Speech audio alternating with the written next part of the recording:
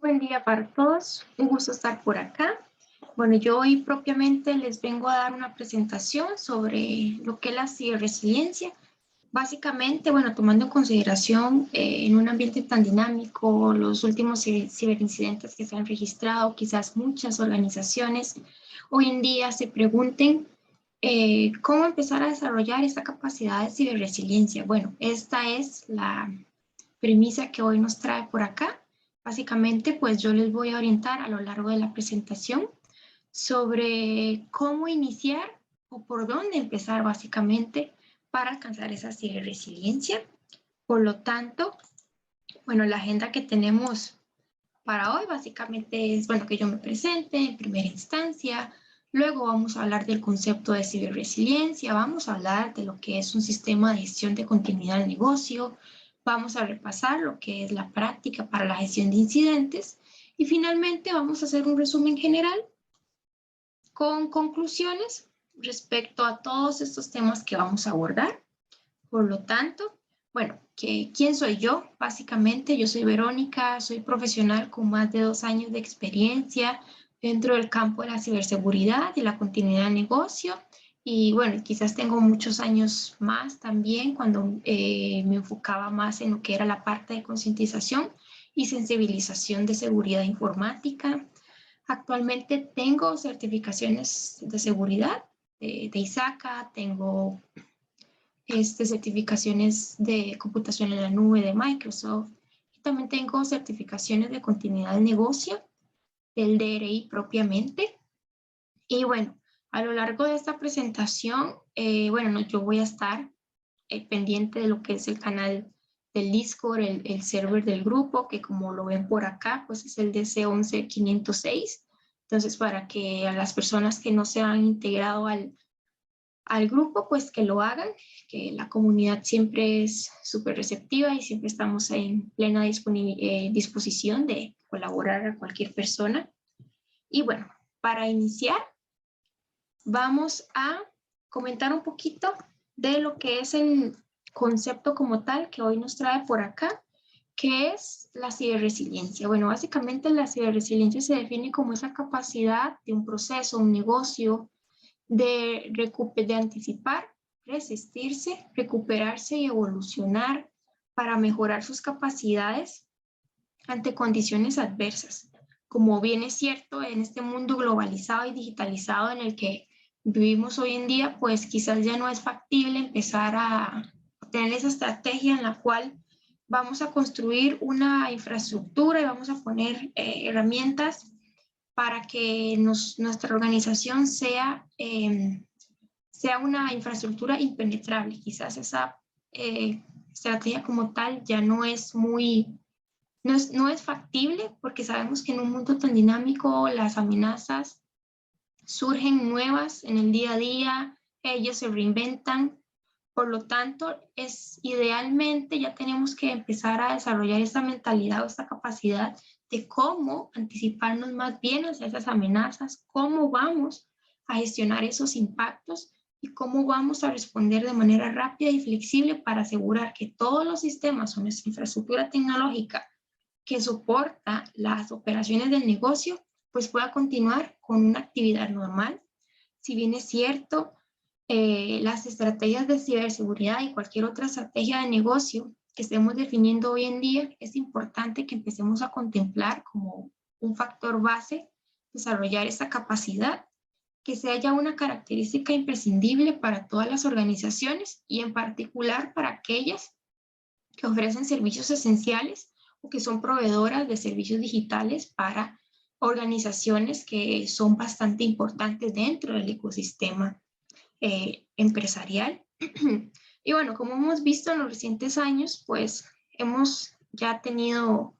la oportunidad de ver cómo esas consecuencias catastróficas luego de un ciberincidente pues afectan rotundamente a cada negocio y quizás muchos luego de los ciberincidentes nos preguntemos, bueno, ¿por qué llegamos acá? ¿Qué fue lo que pasó? Y es acá donde nos damos cuenta que quizás esa capacidad de gestionar las crisis no era un tema crucial o se le daba la importancia requerida, También que la gestión de riesgos dentro de las organizaciones se mantenía bajo un modelo ad hoc, y con esto nos referimos a que quizás la capacidad como tal no estaba bien formalizada, el proceso no se realizaba frecuentemente, no se le daba un seguimiento a aquellos riesgos que sobrepasaran el nivel de apetito aceptable. Entonces, una cosa con la otra genera que aquellos impactos o aquellas consecuencias que adquirimos por ser víctimas de un ciberincidente, pues al final pesen más debido a que nosotros no teníamos una capacidad de cómo responder y principalmente de cómo recuperarnos. Ahora bien, bueno, como veíamos en la agenda, la ciberresiliencia básicamente tiene como base tanto lo que es la continuidad del negocio como a la gestión de incidentes. Entonces, en primera instancia vamos a conversar un poquito de lo que es la continuidad del negocio, que básicamente este es el concepto que se utiliza para referirnos a todas aquellas estrategias y toda aquella planificación que hemos realizado para dar respuesta a eventos catastróficos, y que esto nos permita seguir dándole continuidad a los servicios de manera de que, a pesar de que hemos sido impactados por un evento, pues bueno, nuestras actividades esenciales igual siguen funcionando, quizás no al nivel que usualmente está, pero a un nivel predeterminadamente aceptable. Ahora bien,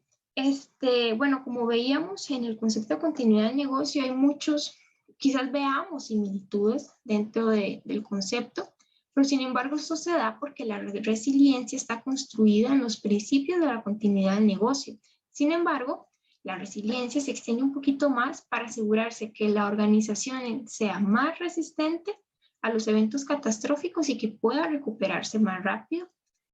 También es importante tomar en consideración que no hay un roadmap, no hay una fórmula en la cual podamos aplicar y que con esto ya seamos una organización súper resiliente. Bueno, pues así no es, ¿verdad? Porque sabemos que cada organización es compleja y hay muchos factores internos y externos que entran en juego,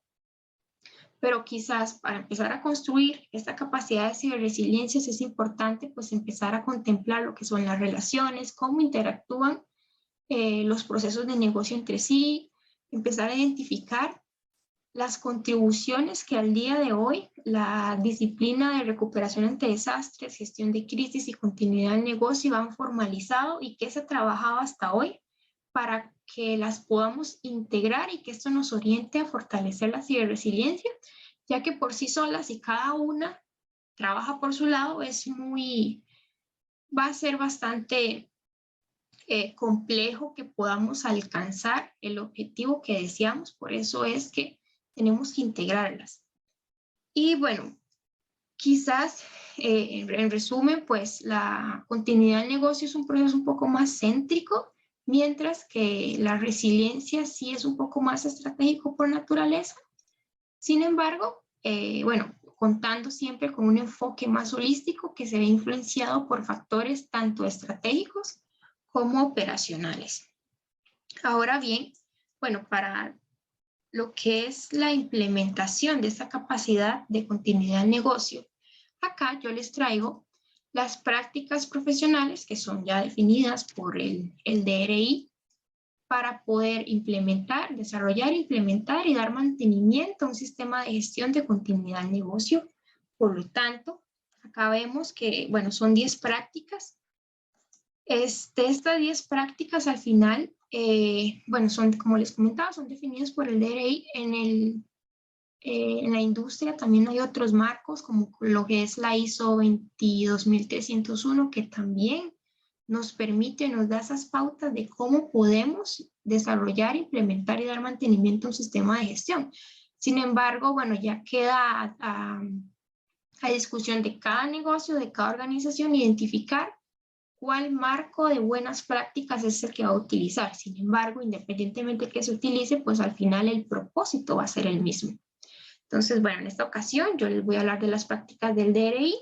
La primera de ellas básicamente consta sobre el inicio de administración del programa. Es acá donde vamos a establecer principalmente desde la alta dirección la necesidad de tener un programa de continuidad del negocio dentro de la empresa, que esto nos permita obtener el apoyo, y cuando obtenemos el apoyo de la alta dirección ya sabemos que esto va ligado a que vamos a tener ese financiamiento o esa dotación de recursos para poder darle seguimiento a lo que es el programa. Acá también vamos a construir un marco de trabajo organizacional que nos apoye a darle seguimiento a este programa como tal. Y acá también vamos a empezar a introducir conceptos claves, tales como la parte de la gestión, la conciencia del riesgo, cómo vamos a identificar los procesos críticos, qué vamos a hacer con las estrategias de recuperación, cómo vamos a gestionar la concientización, entrenamientos, pruebas y demás. Esto como para ya ir sensibilizando a la organización de lo que viene, de las ventajas, de los beneficios que se obtiene a la hora de implementar un sistema de gestión de continuidad del negocio. Y acá muy importante, en la etapa número 1, es que vamos a definir el alcance y objetivos del sistema de gestión. Acá cabe resaltar que cuando vayamos a definir el alcance, lo hagamos en función de qué tanto recurso cuento ahorita para dar seguimiento al programa de continuidad. Entonces, si la organización es muy grande, pero quizás el equipo encargado de continuidad es muy pequeño, es acá donde empezamos a identificar brechas que quizás nos diga, bueno, en esta ocasión no debemos contemplar a todo el negocio, quizás podamos contemplar solo a cierta cantidad de áreas, departamentos, y que de esta manera el alcance que definamos pues sea un alcance que podamos gestionar, que podamos implementar todas estas prácticas, y que conforme vayamos madurando en el proceso es acá donde podemos decir, ok, si en un momento definí que iba a trabajar con 5 áreas y lo he hecho bien, quizás para el siguiente periodo podamos evaluar si integramos una 6ª área, una 7ª área. Entonces, a partir de mis resultados y mi desempeño para el siguiente periodo, yo podría evaluar si este alcance lo alargamos o en su defecto, pues lo vamos a hacer más pequeño, ¿verdad? Como les decía, pues esto va mucho en función del desempeño con los recursos con los que contemos. Ahora bien, luego tenemos lo que es la práctica de evaluación de riesgos. Acá es muy importante que lo primero que vayamos a hacer es identificar si la organización ya tiene un proceso de gestión de riesgos, tiene un marco como tal. Idealmente, continuidad tiene que alinearse a él. Y con esto nos referimos a que, por ejemplo, el nivel de apetito al riesgo ya definido por la organización, bueno, que nosotros en continuidad lo utilicemos también, que la manera en la cual se evalúen todos los riesgos, bueno, pues en continuidad adopte ya eso que está, y de esta manera pues podamos identificar en primera instancia aquellos riesgos que puedan afectar de manera adversa la continuidad de la entrega de servicios. Acá, bueno, por la experiencia, a veces se tiende a confundir lo que es un riesgo de continuidad de negocio con un riesgo operacional. Entonces es importante que cuando estemos con las áreas de negocio, sí comentar cuál es la diferencia para que esa identificación de riesgos pues sea lo más efectiva y justo, que obtengamos la información que necesitamos. Bueno, ya una vez que tenemos estos riesgos, pues lo que vamos a hacer es analizarlos en términos de probabilidad de impacto. Ya con esto, esta evaluación nos permitirá determinar cuáles son aquellos impactos potenciales a la entidad, permitiendo determinar cuál va a ser el uso efectivo de los recursos para reducir dichos impactos, y bueno, aquellos riesgos que su nivel que sobrepasen lo que es el apetito al riesgo, pues ya tenemos que entrar a poner o a desarrollar un plan de acción que nos permita llevar el riesgo hacia un nivel aceptable. Y bueno, al final, pues,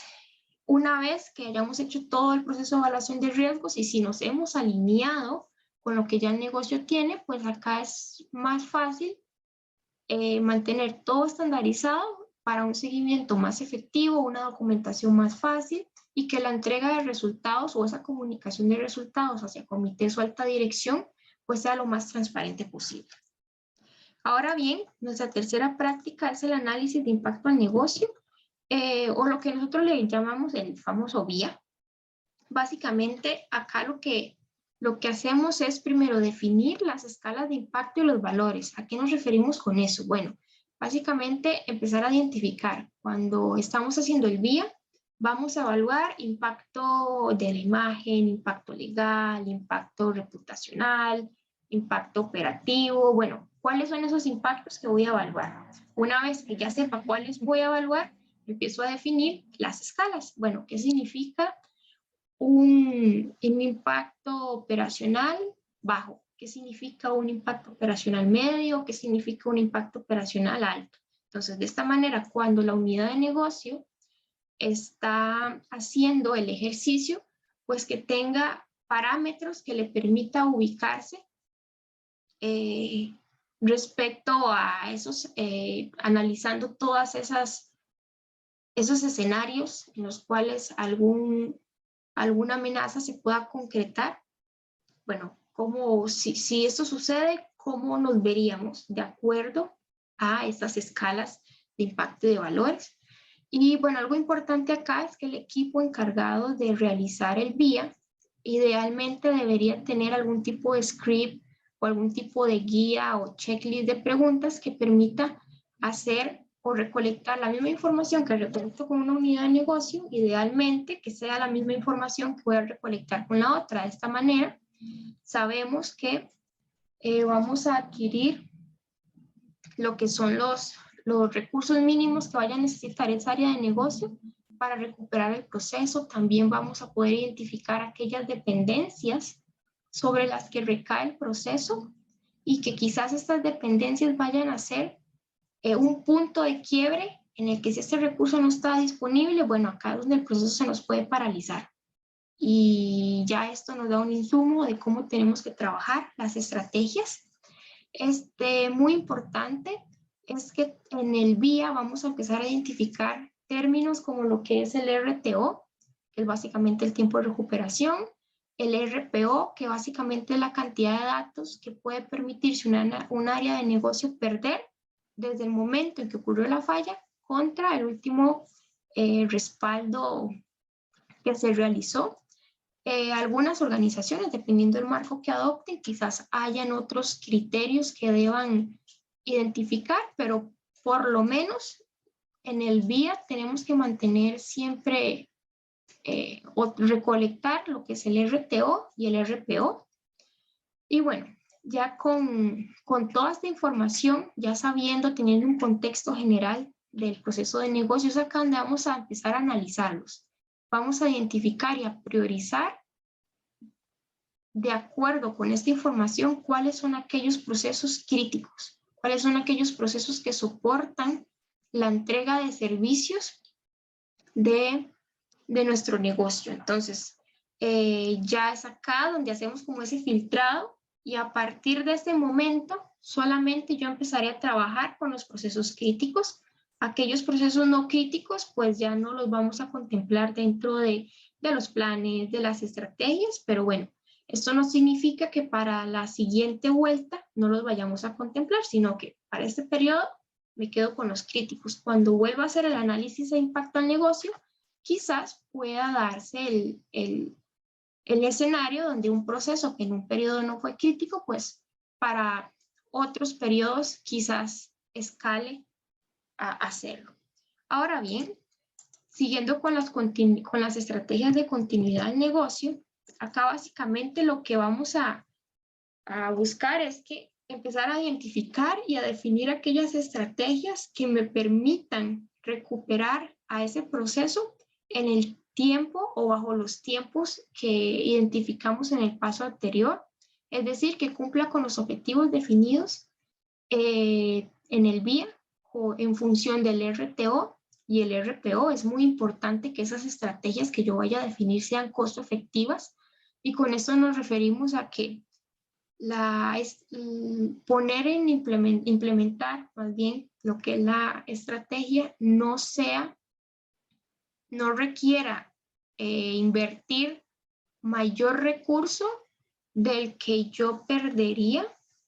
si, por ejemplo, el proceso crítico no está trabajando, no está en funcionamiento, por así decirlo. Entonces, también tenemos que tomar en consideración que las estrategias tienen que ser flexibles y adaptables, que puedan modificarse si las circunstancias así lo requieran, y que es importante también que esas estrategias pues podamos ponerlas a prueba para medir su efectividad, porque de nada sirve tener implementada una estrategia que quizás se están invirtiendo bastantes recursos, pero quizás esa estrategia no está haciendo o no está soportando esos objetivos definidos en el VIA. Entonces, es importante que podamos también pues monitorear y medir que las estrategias sean las indicadas. Ahora nuestra práctica número 5, que es la respuesta a incidentes. Básicamente acá la práctica nos dice que tiene que desarrollarse o tiene que establecerse un plan de respuesta a incidentes en el cual definamos roles, responsabilidades, líneas de autoridad, líneas de sucesión. Que también, bueno, pues este plan tiene que implementarse y tiene que asegurarse también que la respuesta a incidentes se coordine con entidades externas para que podamos dar una respuesta oportuna y efectiva. Quizás esta práctica, lo que es la respuesta a incidentes, la vamos a ver más adelante cuando veamos ahora sí la gestión de incidentes como tal.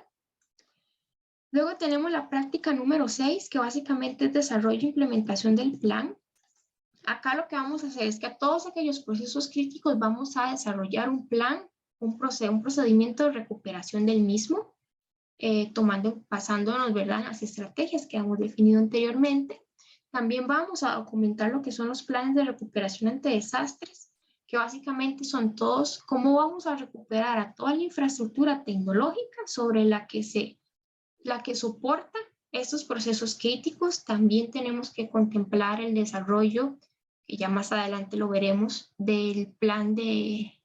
comunicación en crisis, pero al final el plan de continuidad va a tener a su alcance esos otros pequeños planes. Es importante que cuando vayamos a documentar el plan, ojalá la estructura documental ya esté definida, de manera que la misma estructura que utilizaré para documentar un plan de recuperación del proceso, un BCP, pues sea el mismo que yo vaya a utilizar para documentar un plan de recuperación ante desastres o un DRP. Importante también que una vez que esos planes ya estén documentados, que los podamos albergar en un repositorio centralizado para que las partes interesadas o las partes que tienen que ver dentro de la continuidad como tal, pues tengan siempre a disposición estos planes. Ahora bien, tenemos la práctica número 7, que es el programa de concientización y entrenamiento. Acá tenemos que empezar a establecer un programa en el cual definamos, bueno, cuáles van a ser las poblaciones a las cuales vamos a llegar con algún tipo de boletín, algún tipo de taller, una capacitación, en el cual definamos temas, definamos también la periodicidad con la cual vayamos a orientar o a dar algún tipo de taller, quizás, como les mencionaba. Pero al final este programa tiene que ser un programa que esté a lo largo del año, que permita abarcar a toda la población principalmente, o más bien a toda la empresa, en el cual les estemos recordando cuál es su rol, cuáles son sus responsabilidades, la importancia del sistema de gestión, la importancia de siempre estar a disposición de hacer pruebas sobre estos planes que hemos documentado. Luego acá, pues hablando de pruebas, tenemos la práctica número 8, que es acá donde tenemos que también establecer un programa en el cual definamos cuáles planes vamos a aprobar, en qué parte del año, y qué personas se van a ver involucradas, vamos a involucrar algún tipo de proveedor, bueno, entonces ese programa tiene que respondernos este tipo de preguntas. Ese programa pues tiene que ser continuo, ¿verdad? Periodo tras periodo, idealmente, es que podamos ir probando. Si quizás en un periodo no pudimos probar todos los planes, está bien. Hay que tomar en consideración que hay aspectos de recurso, tiempo, áreas, que las áreas quizás en determinado momento pues no puedan probar el plan, pero sí es importante que si en un periodo no pudimos abarcar la totalidad de planes, bueno, en el segundo periodo, los planes que no abarcamos en año 1, que los abarquemos en año 2, pero siempre que a todos los planes que tengamos le podamos hacer algún tipo de prueba. Finalmente, bueno, tenemos la que es la práctica número 9, que es la gestión de la crisis. Básicamente lo que vamos a hacer es generar un marco de trabajo para desarrollar un plan de comunicación en crisis, que este plan nos permita proveer comunicación oportuna y efectiva con las partes, tanto internas como las externas. Ahora bien, bueno, ¿cómo se elabora este plan de crisis? Bueno, básicamente, una de las primeras cosas que tenemos que hacer es analizar cuáles son esos escenarios posibles sobre los cuales yo tenga que llevar una crisis y que me permita ahora sí identificar, bueno, ¿cómo podría yo reaccionar ante esta situación? Como bien es cierto, pues no vamos a saber cuándo una crisis va a suceder. Sin embargo, sí podemos ya mantener como preestablecido cuál va a ser ese paso a paso, qué tipo de mensaje voy a dar, qué partes o poblaciones yo tendría que comunicar si me pasa tal incidente. Luego, es importante acá que en la comunicación en crisis se mantenga definido el equipo de comunicación en crisis. Dentro de ese equipo, que va a ser el encargado de liderar toda esta parte, dentro de ese equipo tiene que definirse portavoces. Es importante que se defina uno, pero que siempre haya alguna línea de sucesión también. En algunas organizaciones, dependiendo del tipo de incidente, ya mantienen como grupos de portavoces. Si es un ciberincidente, pues los portavoces van a ser esas personas. Si es un incidente pero asociado a otra índole que no sea algo a tecnología, bueno, pues acá tenemos a este otro grupo de personas que podrían ser portavoces. Pero al final lo que buscamos es que haya un portavoz y que sea una persona tranquila, que transmita confianza y credibilidad, ya que si esta persona quizás a la hora de dar algún tipo de mensaje titubea, se le nota nerviosa, esto va a crear mayor incertidumbre y hasta agravar la situación. También, bueno, que una vez que a este equipo de comunicación en crisis se le tiene que indicar cuál es la raíz del problema para que ellos a partir de esto sepan cómo y qué tipo de mensaje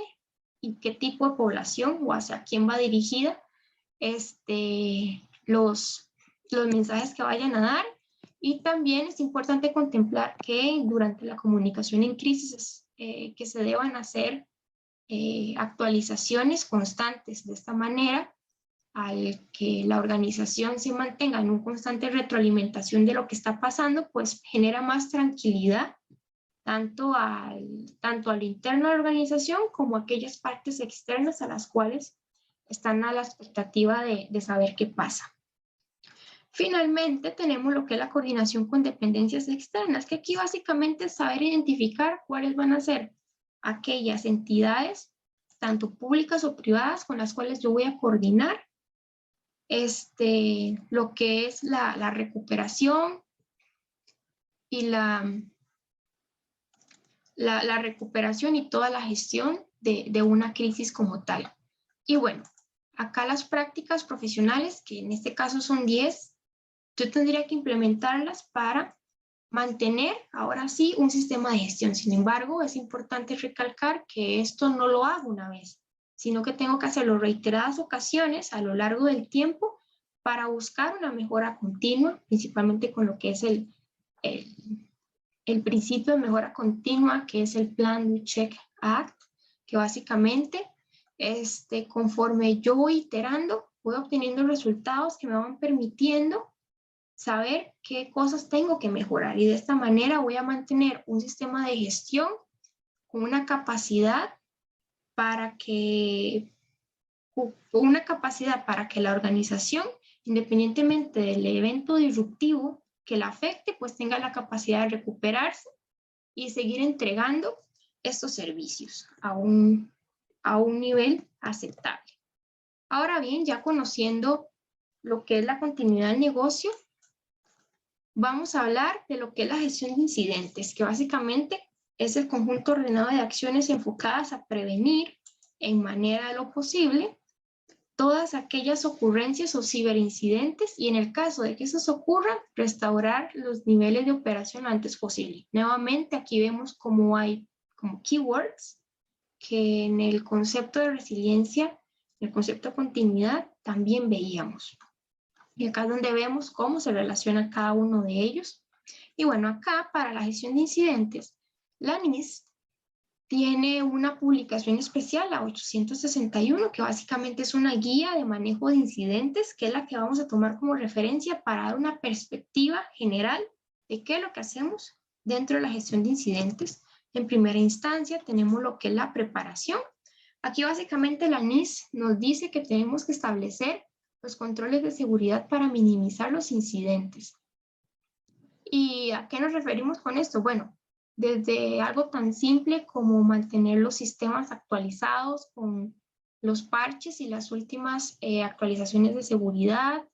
mantener la infraestructura correctamente configurada, ojalá alineado a lo que son las líneas base que entes como el CIS y los mismos vendors pues ya tienen a disposición. Y muy importante también que para minimizar incidentes pues está reforzado con protección contra malware. Todas estas herramientas que yo vaya a tener, es importante que, o esas herramientas de monitoreo, que revisemos, que hagamos pruebas para validar que éstas estén recopilando y analizando los eventos que suceden dentro de la red. Entonces, todas estas herramientas, que si hablamos de un IPS, un IDS, un EDR, un firewall, y si la organización tiene la capacidad de adquirir un SIEM o un SOAR, bueno, que todas estas herramientas pues las podamos conectar al SIEM. De esta manera tenemos un tablero centralizado con una visión integral de todo, que nos permitirá ahora sí pues que tener un alcance y recibir alertas, alertas que al final pues esta correlación van a ser importantes. Ya luego entra todo el proceso del análisis, pero sí tener en consideración que las herramientas que estén funcionen, analicen, envíen los logs y que esa correlación pues se esté dando. Luego acá en la preparación es muy importante aprovechar todas esas fuentes de inteligencia de amenazas. También mantener o establecer un equipo de respuesta a incidentes. Es muy importante que este equipo de respuesta a incidentes se mantenga constantemente capacitado, que sea con las buenas prácticas, con el manejo de incidentes como tal. Y muy importante es que lo veíamos inclusive como una de las primeras actividades que teníamos que hacer a la hora que implementábamos un sistema de gestión de continuidad, es ese rol que va a tener la alta dirección. Nuevamente acá, su rol va a ser proporcionar esos recursos para que este equipo encargado de los incidentes pues pueda dar una respuesta apropiada de acuerdo con lo que requiera la organización. Luego tenemos lo que es la capacidad de detección y análisis. Acá la NIST lo que nos dice es que tenemos que correlacionar eventos para recrear esas secuencias que nos conduzcan al incidente, y con esto poder identificar la causa principal para ahora sí, ya sé qué fue lo que pasó y cómo vamos a contener, cómo vamos a responder hacia este incidente, que básicamente pues que acá en el dibujo vemos que quizás el equipo encargado de esta capacidad, pues esté iterando entre fase 2 y fase 3, porque a veces sucede que cuando ya estamos en fase 3 tengamos algún tipo de duda y quizás haya algo del incidente o haya algún aspecto importante que necesitemos reforzar. Pues bueno, vamos a buscar en la información, en toda esta correlación de eventos que hicimos, que se hizo para identificar qué fue lo que pasó y de ahí tener una mayor perspectiva que me permita ahora sí, pues tener una idea más clara de cuál va a ser la estrategia que yo voy a utilizar en la fase 3, que es la contención, erradicación y recuperación. Acá es muy importante que en fase 3, si tenemos que recopilar la evidencia, bueno, pues que esta recopilación se mantenga documentada y si hay que traspasar evidencia hacia otras personas, que esto se mantenga registrado meticulosamente. De esta manera, esa cadena de custodia se mantiene íntegra. Ahora bien, durante esta fase, pues todo aquello que se pueda documentar de las acciones que estamos haciendo, qué hechos hemos identificado, pues idealmente que se vaya documentando también. Y ya cuando vamos hablando de lo que es la vuelta a esa normalidad, ya identifiqué qué pasó, ya implementé una estrategia para erradicar lo que está pasando. Entonces tenemos que velar porque aquellos sistemas comprometidos pues se vayan a deshabilitar, o se vayan a poner en un ambiente controlado, que si identificamos algún tipo de vulnerabilidad, bueno, que busquemos la forma de parchearlos, que si hay bases de datos o archivos que fueron corruptos, bueno, que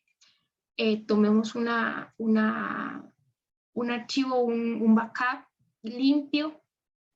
y de esta manera, pues aquí vamos viendo cómo vamos volviendo a la normalidad. Es muy importante que durante esta contención o erradicación tomemos en consideración que tenemos que alinearnos con aquel tiempo de recuperación que el negocio en su momento nos daba. Si hay un proceso de negocio que nos indica, mira, mi RTO, que es mi tiempo de recuperación, es de 5 horas,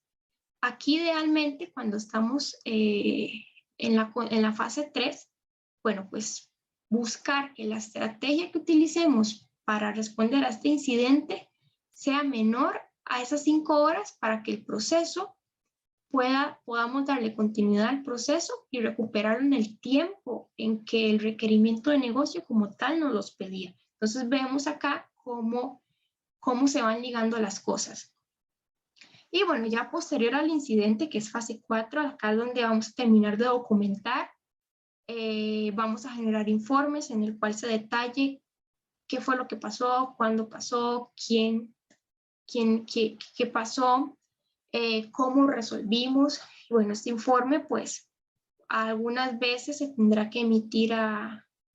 entes judiciales o algún otro tipo de terceras partes, pero lo contrario, sino independientemente de que el informe tenga que entregarse a alguien o no, pues una buena práctica es mantener siempre esto documentado, ojalá en un formato ya estandarizado, y que se guarde en algún lugar para mantener esa trazabilidad de los incidentes. Y bueno, también posterior tenemos que el equipo encargado de lo que fue la respuesta a incidentes, es importante que se siente, se tomen un momento para analizar qué fue lo que hicimos bien, qué cosas hay que mejorar, y que de esta manera esos insumos me permitan nutrir o actualizar tanto lo que es el plan de respuesta a incidentes, para que en la próxima vez que tengamos que hacer algún tipo de respuesta parecida, pues no nos topemos con los inconvenientes que nos topamos el día de hoy. Y bueno, básicamente esas son las 4 fases de lo que conlleva una gestión efectiva de los incidentes. Ahora bien, ya de manera de resumen, hablábamos de que hemos visto cómo a lo largo de la presentación, pues, lo que es continuidad del negocio y respuesta a incidentes, cómo van de la mano como tal. En algunas organizaciones pues se contemplan como funciones separadas, tanto lo que es continuidad como la respuesta a incidentes. Sin embargo, es importante rescatar que, y lo veíamos en los conceptos, que al final su propósito es el mismo, que es proteger a la organización, proteger la imagen y asegurar la entrega de servicios. Es importante que para alcanzar la resiliencia cibernética, que se empiecen a alinear estas prácticas, ojalá bajo una misma dirección estratégica para trabajar en conjunto. Y bueno, ¿y cómo vamos a mantener este alineamiento? Bueno, básicamente podemos iniciar de que el plan, tanto de continuidad, los protocolos de respuesta, pues que entre ellos se referencien, de que los requerimientos del negocio siempre sean abordados independientemente de si es un plan de continuidad o el plan de respuesta en negocios, que mantengamos ese alineamiento, que ambos planes se mantengan bajo un proceso de revisión constante. Acá también es importante que los equipos, tanto de continuidad como de respuesta a incidentes, que trabajen en conjunto para identificar escenarios de amenazas, que puedan analizar los impactos de cada uno de los incidentes y principalmente, bueno, pues que puedan poner a prueba todos los planes. Y muy importante es que tanto el equipo de continuidad y de respuesta a incidentes que tengan que alinearse a los mismos mecanismos de comunicación para gestionar la crisis, ya que esto me permitirá entregar mensajes más fidedignos, con un lenguaje estandarizado y que las partes interesadas, tanto a lo interno y a lo externo, pues siempre se mantengan con la retroalimentación que éstas necesitan. Y bueno, en resumen, mientras los ciberincidentes sigan siendo algún tipo de activador de crisis que puedan afectar directamente la continuidad de la entrega de servicios, quiere decir que mantener la continuidad del negocio y la respuesta a incidentes unificados nos va a permitir limitar esa confusión que a veces hay en las responsabilidades, reducir la redundancia y promover las mejores prácticas que ya la industria nos da, y que todo esto se traduzca en que una organización apunte a ser ciberresiliente. Y bueno, esa era la presentación que les traía el día de hoy. Espero que les haya ayudado bastante, y como les comentaba desde el inicio, yo voy a estar en el server de Discord atendiendo cualquier consulta que tengan y siempre quedamos a la disposición. Muchísimas gracias a todos.